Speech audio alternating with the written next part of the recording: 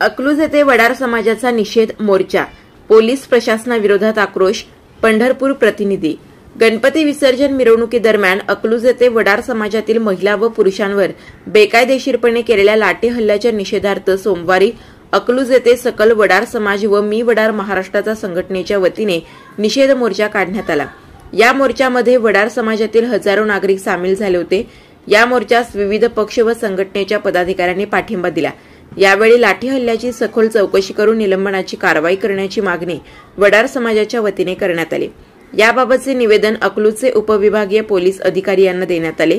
यावेळी उपविभागीय पोलीस अधिकारी शिरगावकर यांनी माध्यमांशी संवाद साधताना पुढील काळात मोर्चा काढण्याची वेळ येऊ नये याची दक्षता घेण्यात आली असून सदर प्रकरणाची सखोल चौकशी करून कारवाई करण्याचे आश्वासन दिले। नमस्कार। आज मी वडार महाराष्ट्राचा या संघटनेच्या माध्यमातून गणपती विसर्जनामध्ये जो अनुचित प्रकार घडला त्यावरून त्याने दिलेलं निवेदन आज आम्ही स्वीकारलेलं आहे। त्या अनुषंगाने त्याची पूर्ण सखोल चौकशी करून आम्ही संबंधित अधिकारी कर्मचारी यांच्यावर कारवाई करत आहोत। भविष्य काळामध्ये याच विषयावरून परत कधी मोर्चा निघणार नाही याची सुद्धा आम्ही दक्षता घेणार आहोत। धन्यवाद। किती दिवस लागतील? एक आठवडा, 4 दिवस?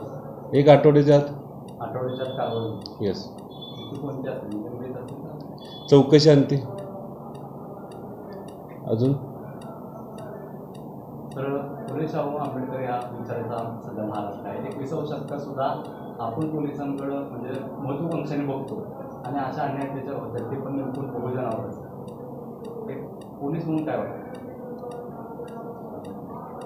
त्यावेळेचे सिच्युएशन असते या सर्व होत असताना, कारण पोलिसांना कुठले जात धर्म कुठले संघटना वगैरे याचं काही हे नसतं त्यांचं, काय म्हणतात त्याला, ते एक व्यक्ती म्हणून त्या सर्व गोष्टी हे करत असतात। या सर्व गोष्टी पाठीमागं फार पार्श्वभूमी असतात त्यावेळेच्या आणि त्यावेळी केलेली कारवाई असते। ते आतापर्यंत कारवाईमध्ये काय निष्पन्न झालं? आतापर्यंत आम्ही 4 कर्मचाऱ्यांच्या बदल्या केलेल्या आहेत यामध्ये। ठीक आहे।